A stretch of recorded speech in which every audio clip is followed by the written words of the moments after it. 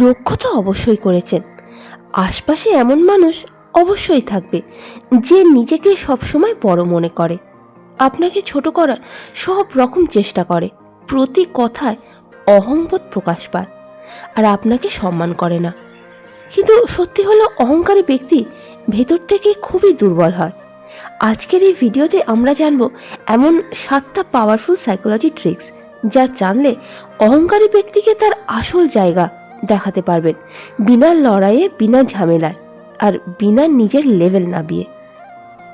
প্রথম হলো অহংকারী ব্যক্তি কেন এমন হয়। সবার প্রথমে আগে এটা বুঝতে হবে মানুষ অহংকারী হয়ে যায় কি করে। সাইকোলজি অনুসারে অহংকার বেশিরভাগ সময় আসল ক্ষমতা থেকে নয়, ইনসিকিউরিটিস থেকে জন্ম নেয়। যখন কোনো ব্যক্তি ভেতর থেকে অনুভব করে সে অন্যের থেকে কম, তখন সে বাইরে থেকে নিজেকে বড় দেখানোর চেষ্টা করে। এটাই কারণ বহুবার সবথেকে বেশি অহংকারী মানুষরাই সবথেকে বেশি নিরাপত্তাহীনতায় ভোগে। এবার দ্বিতীয় উপায় হলো প্রতিক্রিয়া দেখাবেন না। অহংকারী ব্যক্তি আপনার রিয়াকশনের অপেক্ষায় থাকে আর তা দেখে আরও ক্ষমতাবান হয়ে ওঠে। সে আনন্দ পায় যখন সে দেখে আপনি চিন্তিত, কিন্তু যখন আপনি রিয়াকশন দেখাবেনই না, তার পুরো খেলাই মাটি হয়ে যায়, কারণ সে আপনার মনোযোগ আকর্ষণ করতে পারে না। আর আকর্ষণ বিনা অহংকার বেশি দিন স্থায়ী হয় না।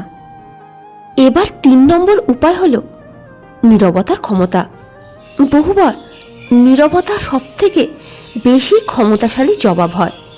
যখন কোনো অহংকারী ব্যক্তির কথাবার্তায় অহংবোধ প্রকাশ পায়, আর তখন যদি আপনি আবেগহীন, শান্ত থাকেন, সে তখন নিজেই অস্বস্তি অনুভব করে, কারণ সে আশা করে আপনি হয়তো প্রশ্ন করবেন, কিন্তু আপনার নীরবতায় তার শক্তিকে আবার তার দিকেই ঠেলে পাঠিয়ে দেয়। এবার চতুর্থ উপায় হলো সীমারেখা টানুন।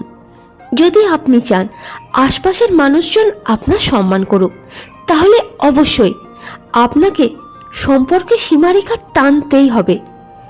যদি কোনো অহংকারী ব্যক্তি আপনার অপমান করে, তাকে কথায় নয় কাজে বুঝিয়ে দিন আপনার অপছন্দ। এবার 5 নম্বর উপায় হলো নিজের কদর বাড়ান। আপনার লক্ষ্য বদলা নয়, নিজেকে বদলাতে হবে। নিজেকে এতটাই উন্নতর হিসেবে গড়ে তুলুন যে আশপাশের মানুষজন আপনাকে সম্মান করবে। যখন আপনি আপনার নিজের কাজে মনোযোগ করবেন, নতুন দক্ষতা আয়ত্ত করবেন আর নিজের জীবনে উন্নতি করবেন, ওই সব মানুষজন যারা একসময় আপনাকে এড়িয়ে চলতো, এখন তারা আপনাকে সম্মান করবে। এবার 6 নম্বর হলো অন্যের সাথে নিজের তুলনা করবেন না। অহংকারী ব্যক্তি তুলনা করে, সে চায় আপনি তার সঙ্গে প্রতিযোগিতা করুন, কিন্তু বুদ্ধিমান ব্যক্তি এই খেলায় জড়ায় না, কারণ বুদ্ধিমান ব্যক্তি বিশ্বাস করে সে মন থেকে খুশি, তার কোনো প্রয়োজনই নেই অন্যের সাথে প্রতিযোগিতা করার। এবার 7 নম্বর উপায় হলো নিজের আত্মবিশ্বাস করে তুলুন। অহংকারী ব্যক্তি বেশিরভাগ সময় তাদেরকেই টার্গেট করে যাদের মধ্যে আত্মবিশ্বাসের অভাব থাকে, কিন্তু যখন আপনি আত্মবিশ্বাসী থাকেন, সোজাসুজি চোখে চোখ রেখে শান্তভাবে, দৃঢ়ভাবে আপনার বক্তব্য প্রকাশ করেন, তখন অপরপক্ষ আপনাকে গুরুত্ব দিতে বাধ্য। এবার শেষ উপায় হলো দূরত্ব বাড়িয়ে নিন। কখনো কখনো সব থেকে ভালো উপায় হলো এই দূরত্ব। প্রতিটা লড়া জরুরি নয়, কিছু মানুষের থেকে দূরে থাকাই সব থেকে ভালো বুদ্ধিমত্তার পরিচয় হয়। মনে রাখবেন, অহংকারী ব্যক্তিকে তার জায়গা দেখানোর সব থেকে ক্ষমতাবান উপায় এটা নয় যে আপনি তার সঙ্গে লড়াই করুন, বদলে আপনি আপনার ব্যক্তিত্বকে এতটাই শক্তিশালী হিসেবে গড়ে তুলুন যে সে নিজেই অনুভব করবে যে সে ভুল ছিল।